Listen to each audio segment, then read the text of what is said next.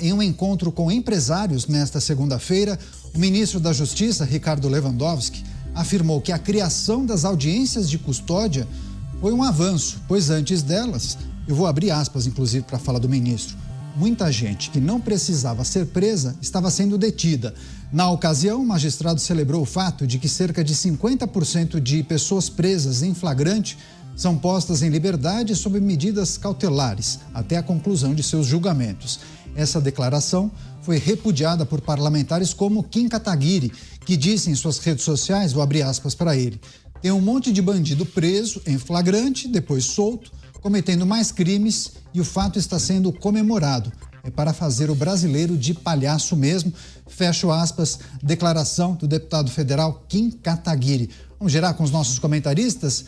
Vamos começar com o Roberto Mota, no Rio de Janeiro, ao vivo com a gente. Mota, seja bem-vindo, uma ótima noite a você.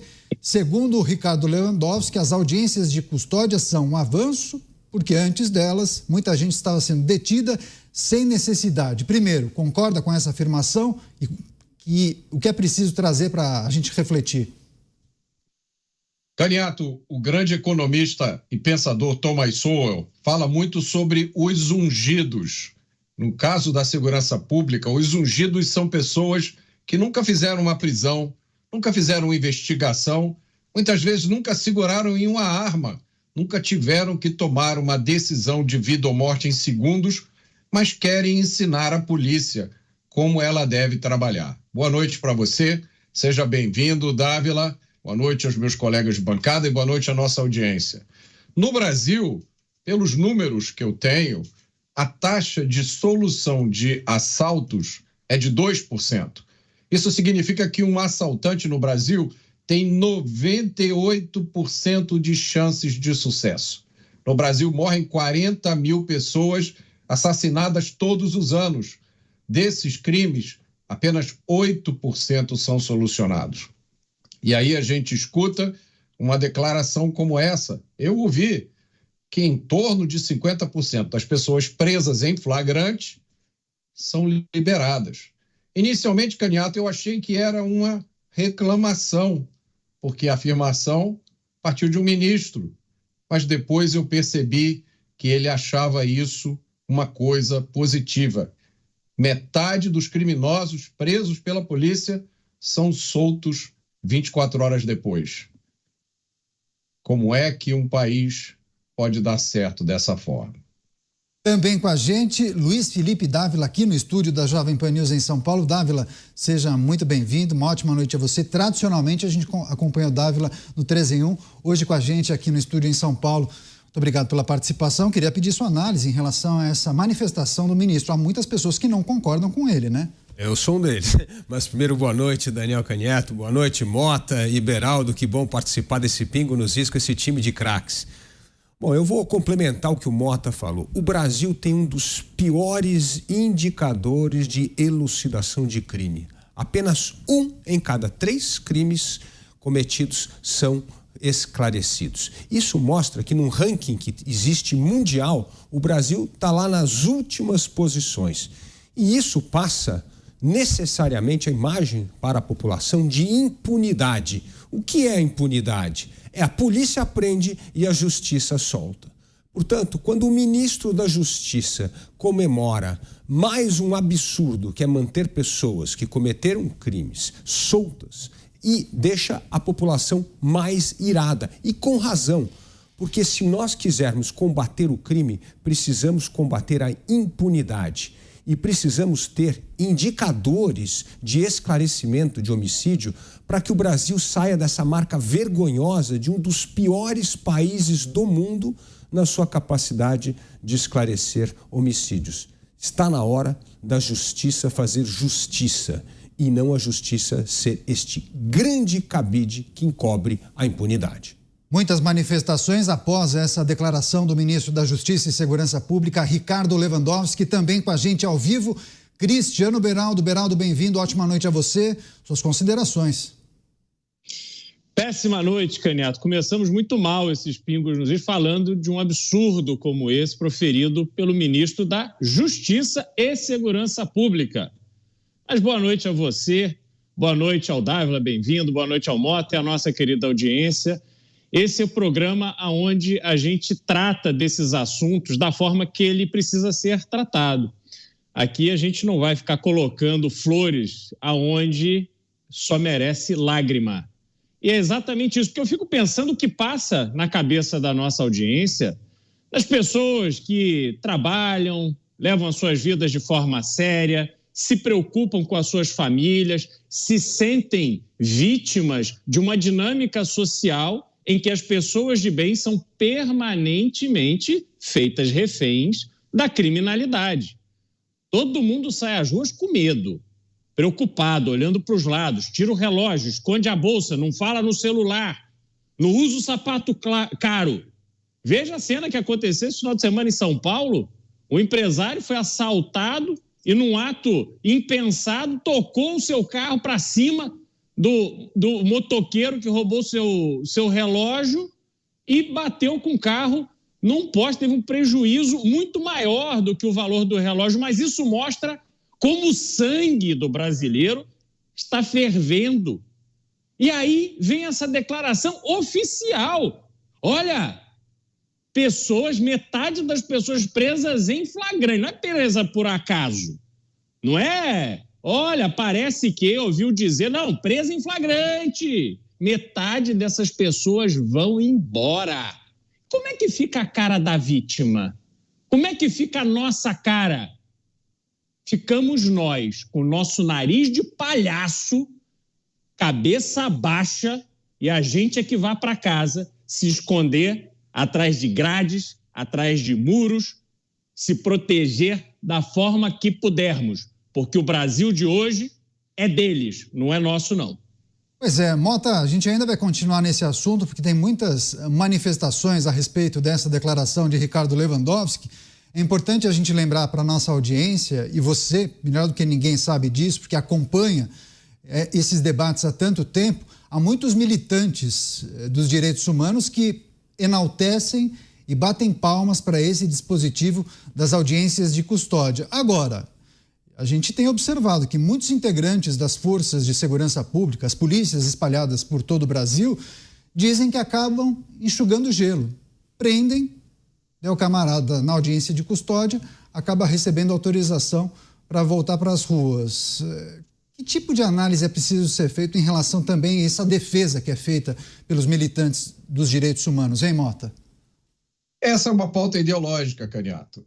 A maioria desses militantes de direitos humanos pertencem a ONGs muito bem financiadas, todas elas unidas em torno da mesma pauta. Algumas delas, como a gente mesmo já noticiou aqui na Jovem Pan, recebem dinheiro de fora. Muitas da fundação do bilionário americano George Soros. Todas elas promovem a pauta do desencarceramento. O que significa isso? Significa que não se pode prender. Mas por que não se pode prender? São várias razões. Não se pode prender porque prender não ressocializa. Não ressocializa mesmo. O objetivo da prisão é, número 1, punir quem cometeu uma ofensa à sociedade. Segundo, dar o exemplo. Em todos os países do mundo, o índice de reincidência é muito maior do que admite essa turma. Qual é a segunda razão pela qual eles dizem que não se pode prender? Porque não há vagas, os presídios estão superlotados. Mas é essa mesma turma que não permite que sejam construídos novos presídios. Pode dar um pulinho lá no site da Pastoral Carcerária e vocês vão ver o primeiro item da agenda deles. Nem mais um centavo para a construção de novos presídios. E o triste, Caniato, é que ontem foi encontrado um policial militar de São Paulo que estava desaparecido. O nome dele é Luca. O pai dele é policial também. Ele foi encontrado, enterrado numa cova rasa, com as mãos amarradas e o rosto desfigurado. Caniato, nenhuma organização de direitos humanos se manifestou. Nenhuma entidade divulgou nota. Nenhuma universidade pendurou lá uma faixa perguntando quem matou Luca. E nenhum ministro de Estado, Caniato, fez discurso em homenagem ao policial assassinado. Pois é, as audiências de custódia também acabam sendo tema de debates. De um lado, os militantes dos direitos humanos, do outro lado, os integrantes das forças de segurança espalhadas por todo o Brasil, dizendo que trabalham para prender e muitas vezes aquele que foi pego cometendo um crime acaba sendo liberado pelo juiz nessas audiências de custódia. Quer fazer um complemento? Luiz Felipe Dávila. Bom, essa impunidade bem registrada pelo Mota e essa indignação do cidadão muito bem mencionada pelo Beraldo mostra algo que o ministro da Justiça e da Segurança Pública já deveria ter feito, que é apresentado à nação um plano nacional de segurança pública. Nós precisamos combater o crime organizado, o narcotráfico, porque essas organizações estão praticamente criando um estado paralelo no Brasil, cada vez mais audaciosos, cada vez mais penetrando em todas as áreas legais e ilegais, e o Brasil está indo para o caminho péssimo de outros países da América Latina, onde o crime organizado, na verdade, é a maior força no Estado.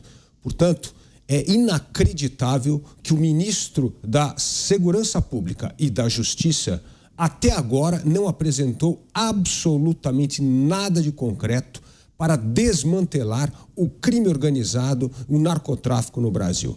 Mostra que, mais uma vez, como bem disse o Mota, umas pautas ditadas por ONG se sobrepõem ao interesse nacional. E o interesse nacional, hoje, em qualquer pesquisa é mostrado que o principal assunto é segurança pública. E esse governo, até agora, não deu uma resposta concreta. Onde está o plano de segurança pública que nós cobramos com tanta veemência aqui na Jovem Pan? Pois é, né, Beraldo? Autoridades comemoram flexibilizações, só que o que a gente percebe nas ruas vai na contramão, né? A população brasileira, em sua grande parte, defende um endurecimento da legislação, não? Pois é, Caneta, até a gente vê que esse tipo de posicionamento oficial, né, o governo é algo muito importante, é um corpo imenso, né, formado por várias pessoas que estão ali ajustando, comandando as coisas que são nossas, públicas, né? E aí você vê que este posicionamento ele não está alinhado com o que a população espera, mas ele tem um propósito, não é por acaso. Não é porque eles acordaram achando, olha, veja, talvez, pobre coitado dos presos não tem uma situação carcerária decente, então vamos soltar. Quer dizer, que não é a preocupação de melhorar o sistema carcerário, melhorar no sentido de que o preso tenha a vida de preso. Não. A preocupação é sempre com a saidinha, a liberação na audiência de custódia, é o pobre coitado do preso que está com frio, que precisa de um cafezinho, acupuntura. Essa é a preocupação que passa na cabeça das autoridades hoje no Brasil.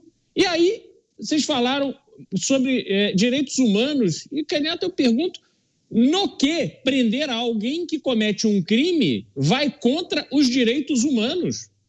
Não há explicação lógica. A única explicação é o interesse político, é o interesse eleitoral, uma conta que essa turma faz e que eu desconheço qual seja, em que eles enxergam vantagem político-eleitoral em ficar alisando bandido, em ficar acenando para bandidagem. Então é uma coisa muito bizarra que definitivamente não atende os anseios da população brasileira e a gente tem que se perguntar o que eles estão fazendo lá. Tá certo. Mota, último comentário, só para a gente fechar esse assunto. Enquanto o ministro enaltece o dispositivo, dizendo que tem muitas pessoas que hoje em dia não são presas, mas que no passado eram por conta da não utilização das audiências de custódia, você pensa em qual caminho para solucionar isso? Caso você, por exemplo, fosse um legislador ou mesmo ministro da Justiça e Segurança Pública, acabar com esse dispositivo ou teria um caminho do meio? Seria aplicada essa audiência somente para alguns casos? Não tem o que inventar, Caniato. A receita já é conhecida. São 3 coisas. Primeiro, aumentar a eficiência, aumentar os equipamentos, aumentar o preparo das nossas polícias. Segundo, implantar no Brasil uma legislação penal decente que se preocupe mais com a vítima do que com o criminoso. E terceiro, retomar o controle do sistema prisional. Essa audiência de custódia foi criada baseada numa interpretação de um tratado internacional que o Brasil assinou, chamado Pacto de San José da Costa Rica. Pegaram o tratado, as partes que interessavam do tratado, e interpretaram. O tratado diz o seguinte: qualquer pessoa presa tem que, em tempo razoável, ser levada à frente de um juiz. Bastava dizer isso. Não, criaram uma audiência que acontece obrigatoriamente em 24 horas, cujo único objetivo, presta atenção nisso, é checar o bem-estar do preso e a regularidade da prisão. Não se fala da vítima, não se fala do crime. Não é permitido que os policiais que prenderam o bandido falem. A única pessoa que fala é o criminoso. De vez em quando vaza um vídeo de uma dessas audiências, a gente vê como é que os presos, né, os criminosos, é sempre importante dizer, criminosos presos, o senhor está com frio? O senhor gostaria de um cafezinho? Mas e a vítima, excelência? E a vítima? Como está a vítima? Ninguém pergunta pela vítima, ninguém vai cuidar da vítima.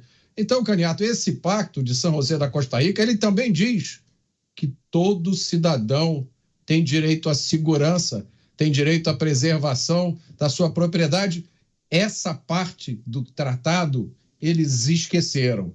Agora, para criar mais um benefício, para apressar a estada do criminoso na cadeia, isso eles foram muito rápidos em fazer.